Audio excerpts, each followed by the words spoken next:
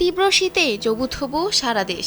এরই মধ্যে নতুন করে আবহাওয়া নিয়ে বার্তা দিয়েছে আবহাওয়া অধিদপ্তর। সংস্থাটি জানিয়েছে দেশজুড়ে তীব্র শীতের আশঙ্কা রয়েছে, সেই সঙ্গে ঘন কুয়াশার আশঙ্কা দেখা দিচ্ছে।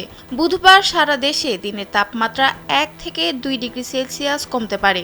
এর মধ্য দিয়ে কয়েকদিন বিরতির পর দেশের উত্তরাঞ্চল সহ বিভিন্ন স্থানে শুরু হতে পারে শৈত্যপ্রবাহ। আগামী এক সপ্তাহ দেশজুড়ে শীত বাড়তে পারে ও শৈত্যপ্রবাহ চলতে পারে বলেও জানায় সংস্থাটি। এদিকে গত কয়েকদিন রাজধানীর তাপমাত্রা বেড়েছে, যার ফলে দিনে শীতের অনুভূতি কমেছে। আগামী 5-6 দিন তাপমাত্রা আবারও ধারাবাহিকভাবে কমতে থাকতে পারে। দেশের অর্ধেকের বেশি এলাকার সর্বনিম্ন তাপমাত্রা 10 ডিগ্রি সেলসিয়াসের নিচে নেমে আসতে পারে। আর নয় সৌন্দর্য নিয়ে চিন্তা, এবার নিজেকে সুন্দর করে তুলুন স্টাইল ম্যানিয়াক্সের সাথে।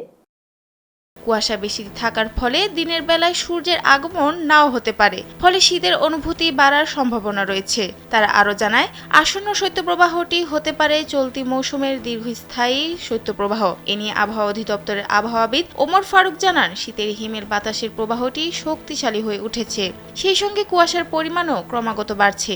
ফলে কুয়াশা ও শীত দুটি আগামী কয়েকদিনে দ্রুত বাড়তে পারে। তীব্র এই শীত আগামী 14 জানুয়ারি পর্যন্ত থাকতে পারে বলেও জানিয়েছেন তিনি।